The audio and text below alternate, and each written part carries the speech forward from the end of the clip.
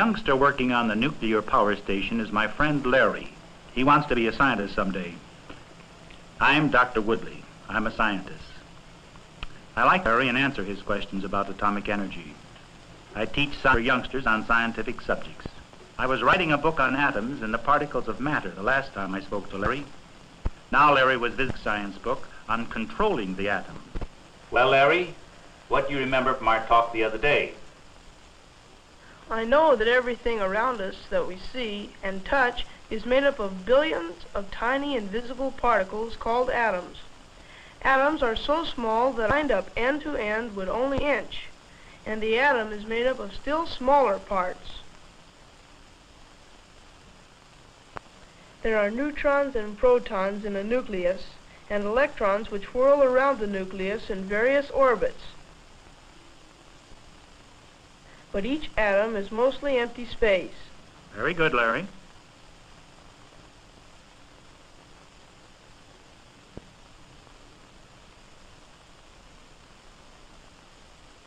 I want to know about your new book, Dr. Woodley.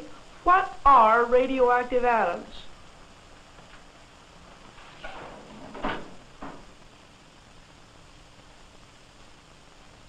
Well, scientists once believed that atoms of elements never change. Later, they discovered they were mistaken. We know that certain elements do change. They are naturally radioactive. This means that they give off a stream of energy in the form of powerful rays or particles shot out like bullets at tremendous speed. Radium is one element that is naturally radioactive. Radioactive atoms eventually lose their power, change into different elements during a period ranging from a fraction of a second to 10 billion years, depending on the element.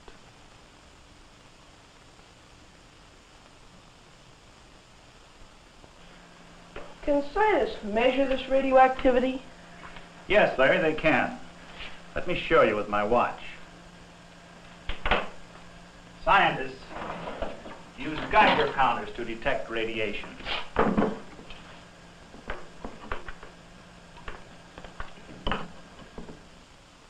The Geiger counter measures the number of particles given off by the radium on the face of the watch. You can't smell them, taste them, or actually see them, but you can hear their effect.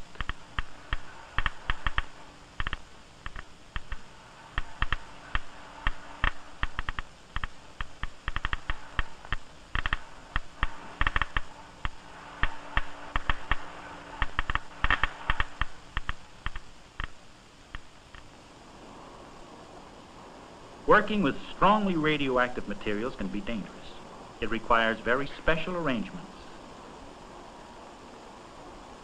This is a glove box.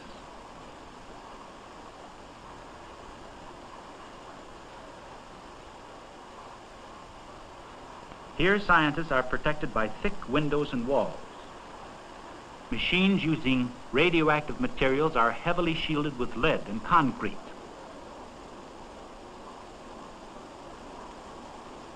In addition to radium, there are other naturally radioactive elements such as uranium. Uranium is the most complex atom found in nature. The most common type of uranium is uranium-238 with 92 electrons, 92 protons, and 146 neutrons. Scientists experimented to learn what would happen if they fired a neutron bullet at the nucleus of the uranium atom.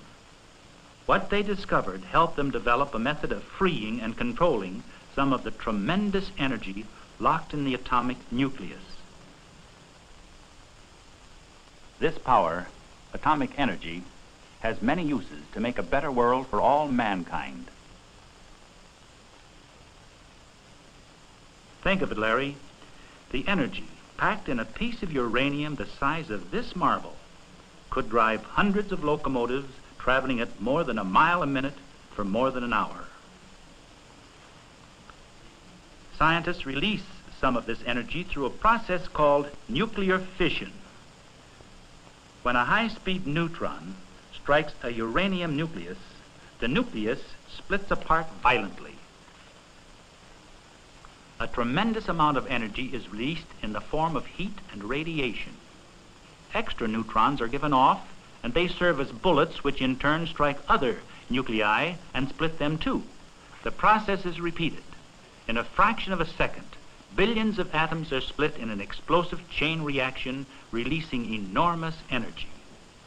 An atomic bomb burst is a chain reaction out of control, creating millions of degrees of heat in only 10/millionth of a second. But a chain reaction can be controlled. The tremendous energy from the atom can be harnessed for man to use.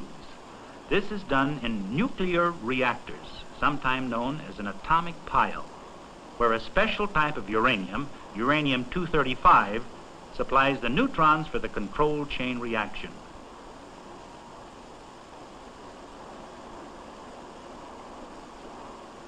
One type of atomic pile consists of a large cube of graphite with uranium rods inserted into holes in the graphite.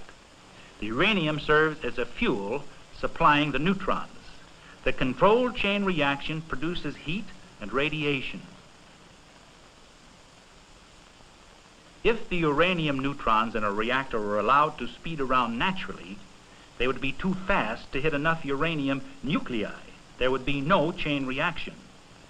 But a moderator, like water or graphite, slows the neutrons and encourages the chain reaction.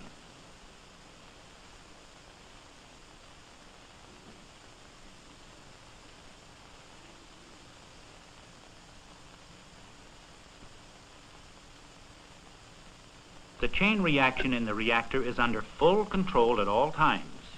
If the reaction is too strong, control rods, which absorb neutrons, move in to slow down the reaction. In this way, nuclear fission can be speeded up or slowed down at man's will. Nuclear reactors come in various types. Here you see what are called tank types. This is a uranium graphite pile.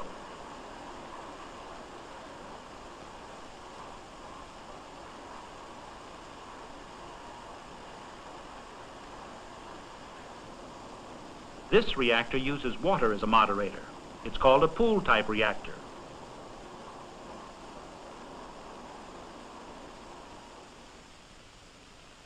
I explained to Larry that a reactor cannot explode like a bomb. Then we discussed how the power from a reactor can be used. In a nuclear power plant, for example, electricity can be produced. The heat is generated in the core where the atomic fuel is located. It passes to a heat exchanger to make steam. The steam drives a turbo generator for the production of electricity.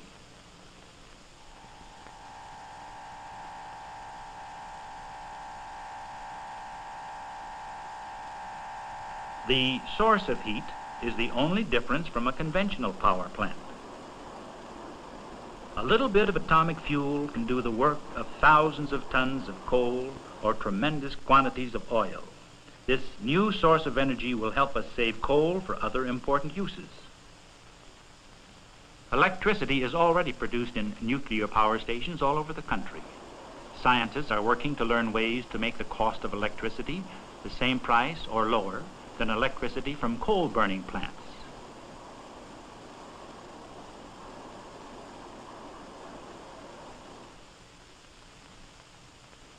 In a submarine, reactor heat can drive a turbine to spin the propeller.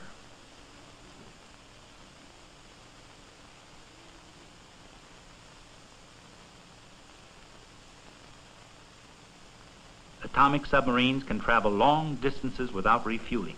The famed Nautilus went under the North Pole, and the Triton went around the world completely submerged. The nuclear ship Savannah is the pioneer of the atomic-powered merchant fleet of the future. More cargo carried, much faster.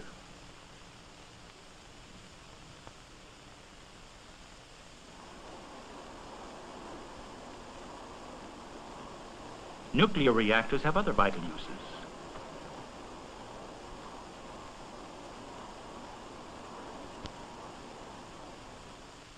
Substances not normally radioactive can be made radioactive in a reactor.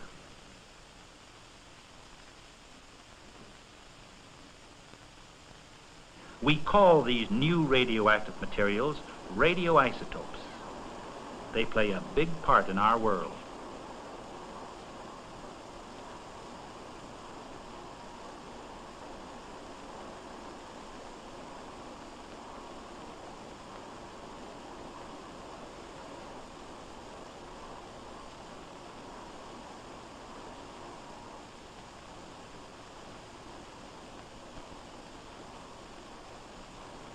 They are used by doctors to diagnose and treat disease.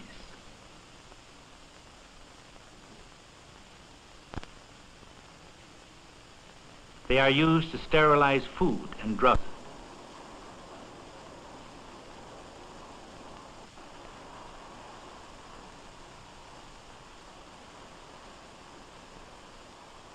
And in research to improve the growth of plants and animals.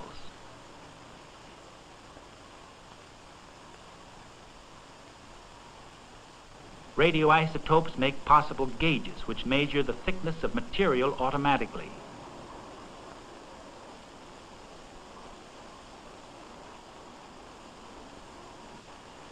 Oil flow can be traced in pipelines.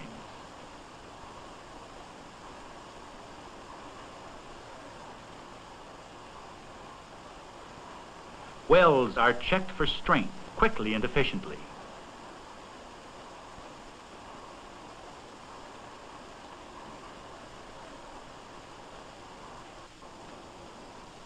All adding up to better products and healthier lives for all of us.